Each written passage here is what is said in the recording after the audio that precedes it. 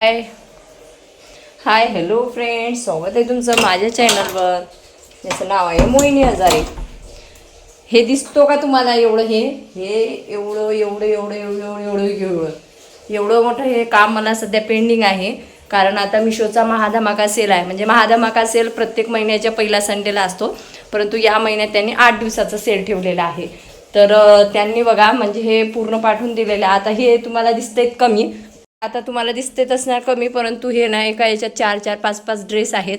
आणि हे ना म्हणजे 60 ते 70 प्रोडक्ट आहे जे मला पुढच्या हप्त्यात करायचं आहे. अर्जंटली मला आता गावाला पण जायचं आहे. त्याच्या स्वराजच्या एक्झाम, स्वराच्या पण एक्झाम आता स्कॉलरशिपची येणार आहे आणि स्वराजची एक्झाम चालू झालेली आहे.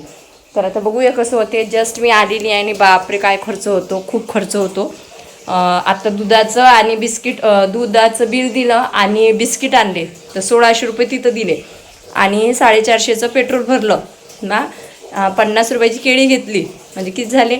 1600 आणि 500 2100 रुपये. आणि त्याच्यानंतर 2100 रुपये आणि 10चं पाणी आणलं. म्हणजे आता हे 5चं पाणी आणलं मी. आणि हे मुलांसाठी बिस्किट वगैरे आणलेले आहेत, वेगवेगळ्या प्रकारची आणलेली आहेत बिस्किटं. आणि टोस्ट पण आणला, खारी पण आणली, बिस्किट आणली. त्याच्यानंतर ह्याच्यात पण बिस्किट आहेत, ठीक आहे. आणि हे दूध आहे, ही केळी आहे. म्हणजे सकाळी उठल्याबरोबर किती खर्च होतं बघा.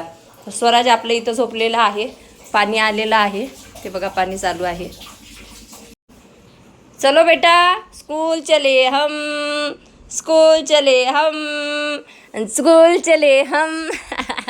चला उठा लवकर.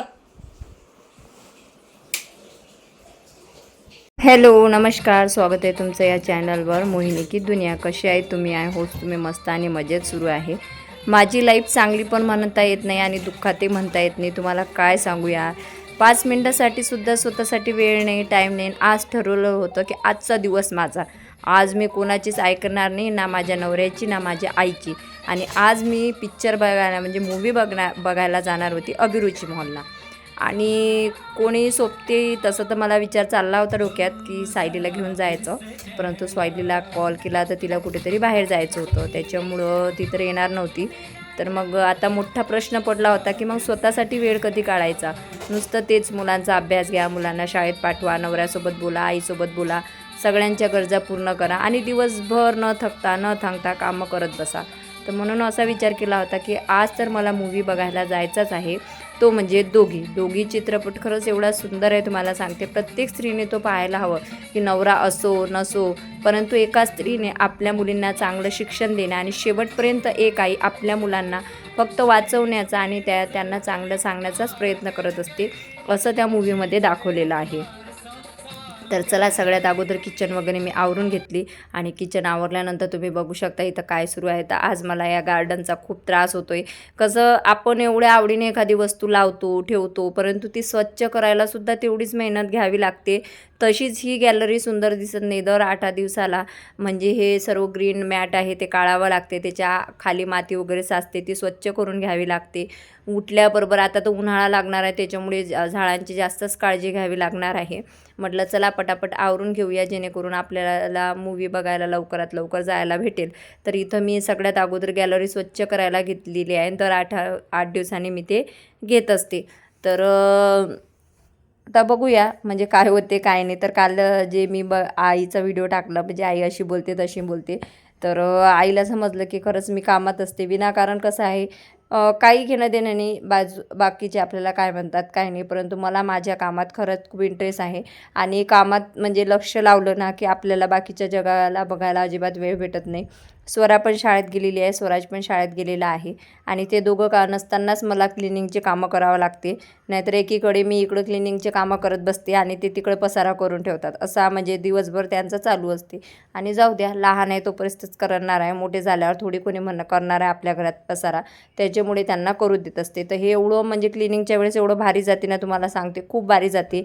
अक्षरशः आधी मॅट काढून घ्यावं लागते, झटकून घ्यावी लागते, नंतर क्लीनर टाकावं लागते, पुसून घ्यावं लागते, नंतर ते मॅटमध्ये जे काही माती वगैरे आहे ती काढून टाकून नंतर इथं टाकावं लागते आणि त्याच्यानंतर या झाडांना पाणी टाका, त्याची पिकलेले पाणी काढून टाका, फुलं तोडून टाका.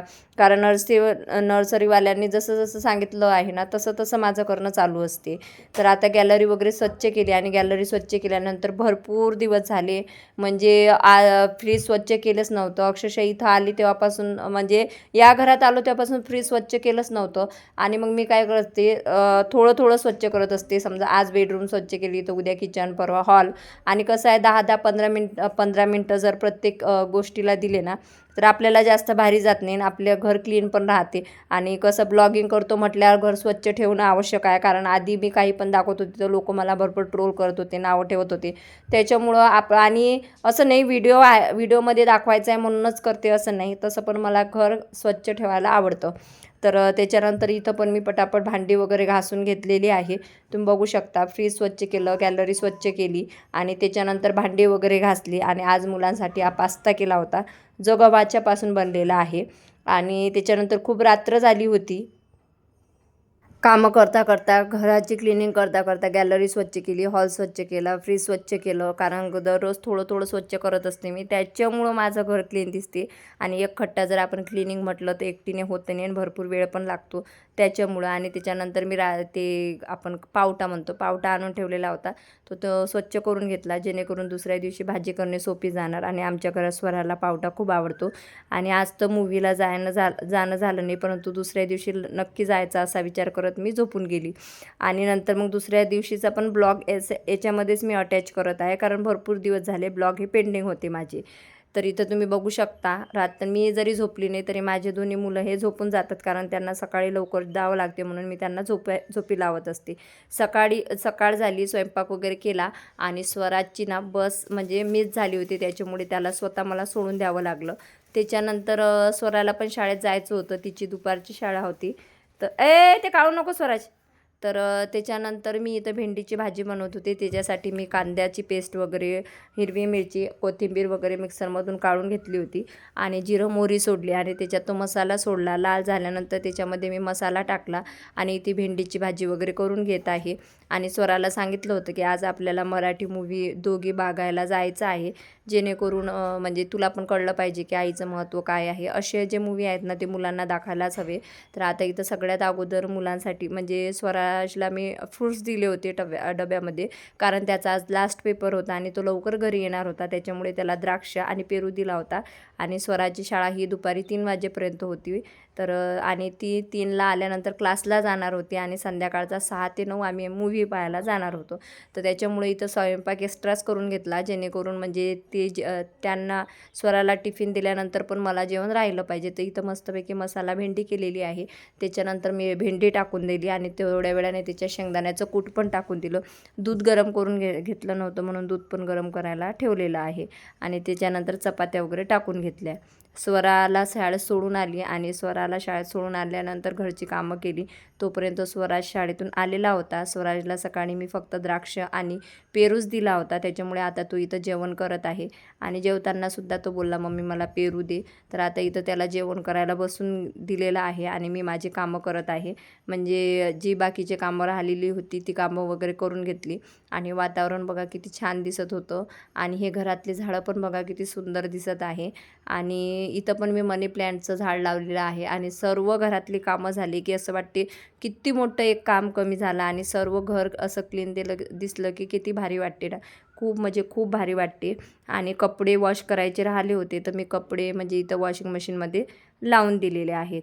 रोज रात्री ना मी विसरून जाते की वॉशिंग मशीनमध्ये कपडे आहेत, ते ड्राय झालेले आहेत, म्हणून आज लगेच टाकून दिलेले आहेत. आणि बघते तर काय जास्वंदाच्या झाडाला बघा किती सुंदर फुल आलेलं होतं. आणि अजून छोटे झाड आहेत तर त्यांना पण छोटे छोटे फुलं आले होते. आणि स्वरा आली होती आणि ती क्लासला गेली. त्याच्यानंतर मी तिची वाट बघत होती की ती आल्यानंतर आम्ही मूव्ही बघायला जाणार आहोत म्हणून. तर असे माझे दिवसामागं दिवस जात आहे, नुसतं काम काम काम. आणि हे बघा फुलं किती सुंदर दिसत आहे. आणि आपल्या घरातले कामं आवरल्यानंतर हे अशी मस्तपैकी देवपूजा वगैरे दिसते तेव्हा किती भारी वाटते ना, म्हणजे खूप भारी वाटते. आणि हे पण मी मिशोवरूनच घेतलेलं आहे. आणि सर्व कामं आवरून झालेली आहे, तुम्ही बघू शकता. आणि हे झाल्यानंतर स्वराला यायला वेळ होता, तर तोपर्यंत मी काय केलं, माझे जे व्हिडिओ शूटर आले होते ते शूट वगैरे मला करायचे होते. फक्त माझं जेवण बाकी होतं, तर म्हटलं चला जेवण पण करून घेऊया. आता इथं मी बसलेली आहे जेवण करायला. मस्तपैकी पापड भाजले होते, भेंडीची भाजी होती आणि चपाती होती.